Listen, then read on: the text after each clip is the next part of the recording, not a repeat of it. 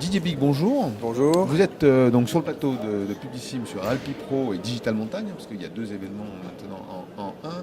Vous êtes président de l'AFMON, donc on va faire un petit rappel un peu de ce qu'est l'AFMON et quel est le rôle en fait de l'AFMON dans ce salon.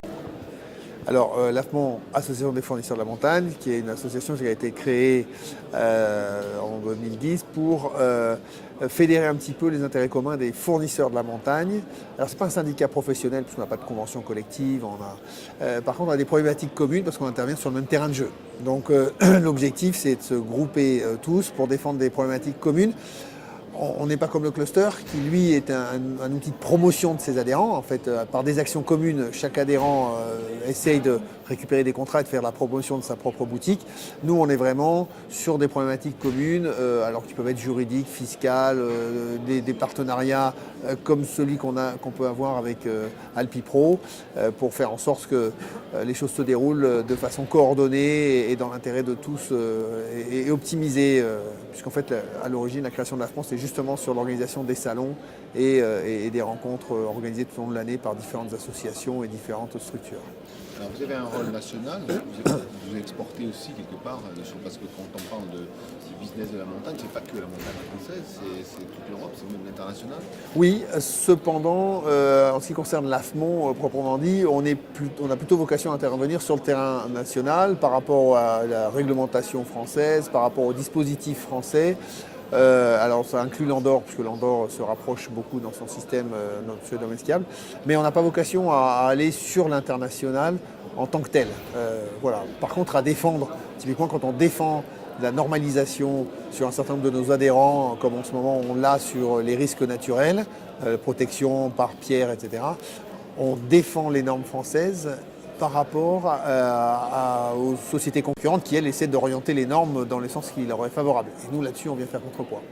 Alors, on est sur le deuxième jour et le dernier jour du salon, Alpi Pro. Ça me permettrait peut-être de faire une synthèse. Quel est le ressenti des industriels par rapport à ce qui se passe? Bon, hier, on entendait dans les discours, j'ai entendu souffrir. Il y a des stations qui souffrent, donc c'est compliqué, il y a des problèmes d'enneigement, etc. Est-ce que le secteur ressent la même chose? Il y a des compensations? Comment ça fonctionne?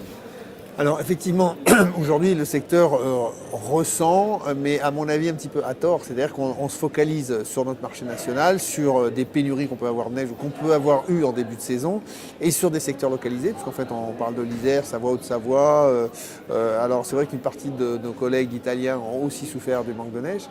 En revanche, si on élève un petit peu la vue et qu'on regarde ça d'un petit peu plus haut, on voit que les États-Unis n'ont jamais eu autant de neige depuis 15 ans, que finalement il y en a eu en Corse, il y en a eu dans les stations du Liban, de Grèce, Montparnasse, il y en a eu différentes stations, Scandinavie, et en fait nos voisins tournent plutôt pas mal en termes d'enneigement, de froid. C'est une année relativement normale, on va dire.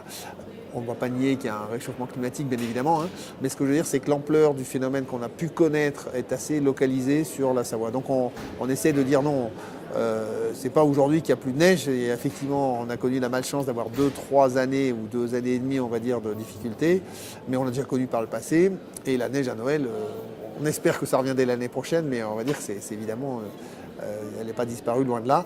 Donc du coup on essaie de remettre les investissements en phase avec la situation, c'est-à-dire qu'on n'investit pas dans une remontée pour l'année prochaine, on investit pour les 15 prochaines années, et c'est pas le fait qu'il y ait eu 2 années où Noël a été difficile qui devrait infléchir ce mouvement d'investissement.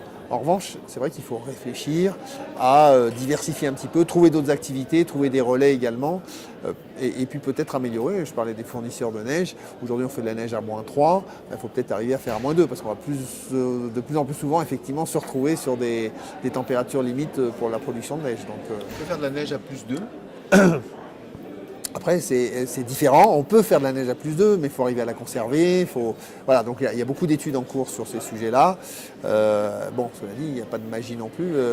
Quand les températures sont positives, si on veut parler, ce qui est le cas en France, de neige naturelle. C'est-à-dire qu'en France, d'abord c'est interdit, et puis c'est pas dans la philosophie. En France, on fait de la neige naturelle. Il n'y a pas d'additifs, il n'y a pas de composants chimiques. On parle bien d'air et d'eau. Donc à partir du moment où on parle d'air et d'eau, au-dessus de 0 degré, ça devient compliqué de la conserver. La nature qui coule. Voilà. Oui, vous parlez de diversification. Pour autant, quand même, le secteur neige, ça représente quand même le gros paquet du business. Bien sûr, des fournisseurs, on est d'accord. bien sûr. C'est pour ça que je dis que le ski alpin, c'est, et ça va rester encore pendant de nombreuses années, le moteur du tourisme et de la fréquentation des stations et du maintien des emplois en montagne, parce que les enjeux, ils sont quand même aussi là. Et toute cette économie de montagne, elle tourne autour de ces problématiques de bassin d'emploi également.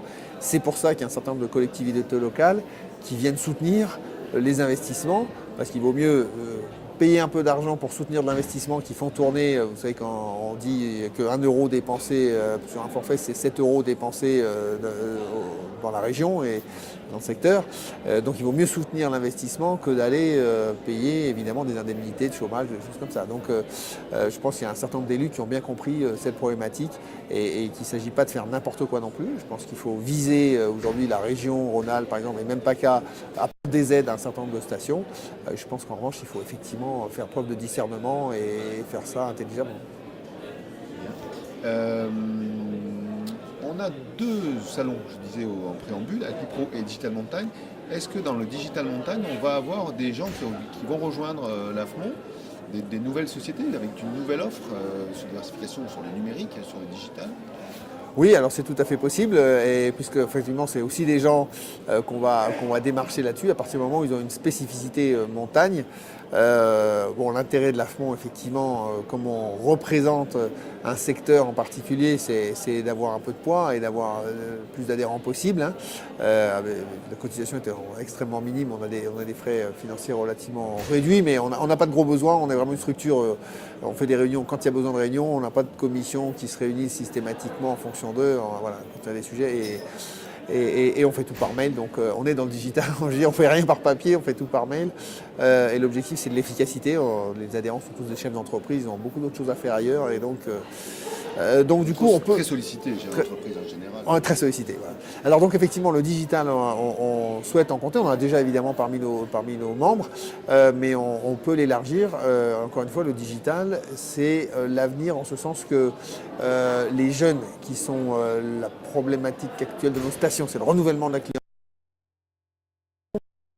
Elle passe forcément par le digital, parce que les gamins, ils sont tous connectés sur leur iPhone, enfin bon. Et donc, on est obligé. Et puis, je dis, il y a un principe qu'on m'a appris, que m'a appris un des pionniers de Courchevel, qui s'appelle Jeannot Catelin, qui était à l'origine de Courchevel sur les tracés de pistes et les tracés de remontée mécanique, qui a fait beaucoup de plans de stations en Amérique du Sud, en Scandinavie, etc. Et Jeannot Catelin, il avait un principe, ou il a toujours, puisque... il avait un principe de dire en station, pour concevoir les pistes et les remontées mécaniques, le principe c'est voir et être vu.